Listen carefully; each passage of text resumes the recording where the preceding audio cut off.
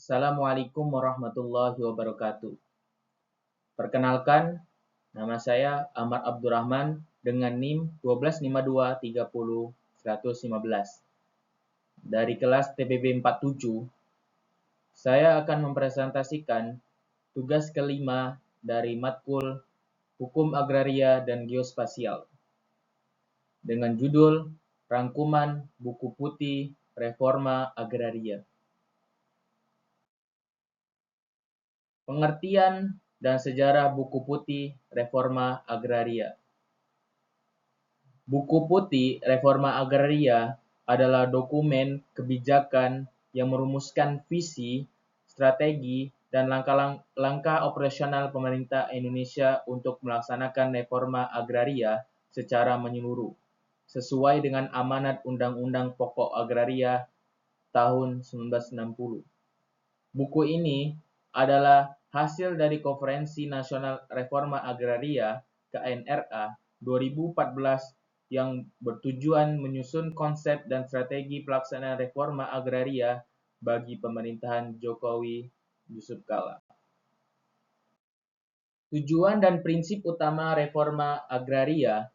Tujuan filosofis tujuan utama RA adalah mewujudkan keadilan agraria dan kesejahteraan rakyat dengan menghilangkan ketimpangan penguasaan, pemilikan, penggunaan, dan pemanfaatan tanah yang diwariskan dari masa kolonial.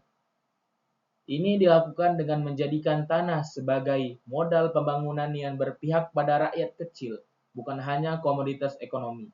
Yang kedua, landasan hukum RA berpegang teguh pada Undang-Undang 1945 Pasal 33 Ayat 3. Bumi, air, dan kekayaan alam yang terkandung di dalamnya dikuasai oleh negara dan dipergunakan untuk sebesar-besar kemakmuran rakyat. Dan UU-PA 1960. Prasyarat diperlukan kemauan politik yang kuat dari pemerintah dan organisasi rakyat yang kuat.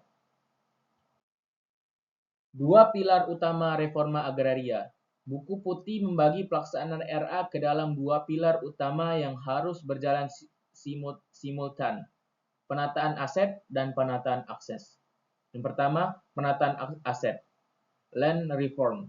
Fokus pilar ini adalah pada penataan kembali struktur penguasaan dan pemilikan tanah untuk memberikan kepastian hukum dan keadilan distribusi. Komponen penjelasan redistribusi tanah, pembagian kembali tanah-tanah yang telah dikuasai negara berasal dari tanah terlantar, tanah bebas hak guna usaha yang habis masa berlakunya, pelepasan kawasan dan pelepasan kawasan hutan dan lain-lain. Kepada subjek RA, petani, masyarakat adat, maupun buruh tani. Legalisasi aset, pemberian status hukum dan penerbitan sertifikat atas tanah-tanah yang sudah dikuasai atau dimiliki masyarakat secara fisik tetapi belum terdaftar, termasuk penyelesaian hak wilayah masyarakat adat, penyelesaian konflik agraria, penyelesaian sengketa pertanahan antara masyarakat dengan pemerintah, perusahaan, atau antar individu secara berkeadilan. Penataan akses pemberdayaan. Pilar ini memastikan bahwa subjek yang telah menerima aset tanah dapat memanfaatkan tanah secara produktif dan memiliki daya saing ekonomi.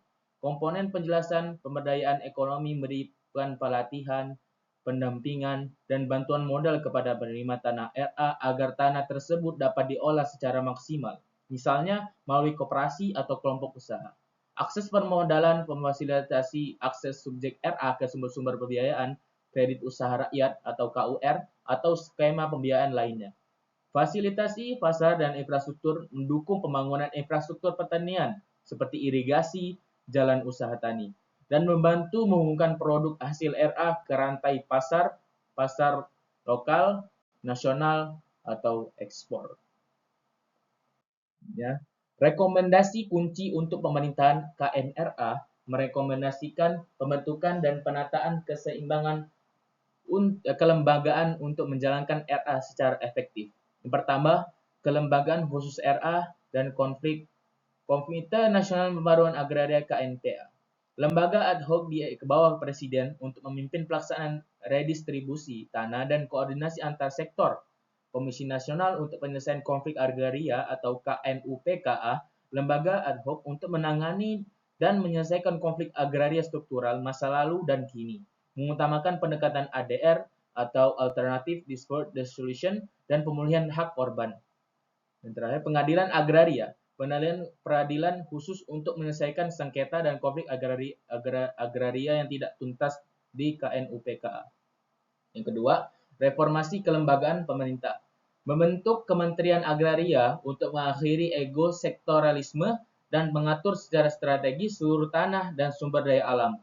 Mengkoordinasikan semua kementerian terkait agraria. Membentuk Kementerian Kedaulatan Pangan untuk mengolah sektor pertanian, perkebunan, perikanan, dan perhutanan.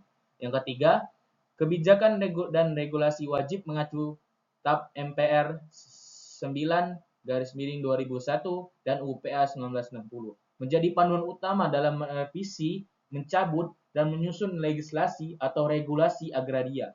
Redistribusi 9 juta hektar. Pemerintah harus segera menyiapkan dan merealisasikan komitmen ini kepada rakyat serta memfasilitasi pembentukan badan usaha milik petani atau BUMP atau koperasi produksi untuk mencegah tanah kembali lepas. Penataan investasi dan perdagangan, mereview MP3EI Master Plan Percepatan dan Perluasan Pembangunan Ekonomi Indonesia dan UU Penanaman Modal untuk mengutamakan kekuatan ekonomi rakyat dan membatasi dominasi modal asing. Pembiayaan, pelaksanaan era harus dibiayai negara melalui APBN atau APBD, bukan melalui utang luar negeri. Dan yang terakhir, kesimpulan. Kesimpulannya adalah buku putih menegaskan bahwa reforma agraria bukan sekedar membagi-bagikan tanah, melainkan sebuah gerakan nasional untuk mengubah struktur ketimpangan menjadi struktur yang berkeadilan, di mana tanah menjadi sumber kehidupan dan kesejahteraan bagi seluruh rakyat, khususnya bagi masyarakat yang selama ini terpinggirkan. Implementasi RA membutuhkan kolaborasi kuat dari seluruh kementerian dan pemerintahan daerah dari sektor lintas sektoral. Sekian penjelasan rangkuman dari saya. Wassalamualaikum warahmatullahi wabarakatuh.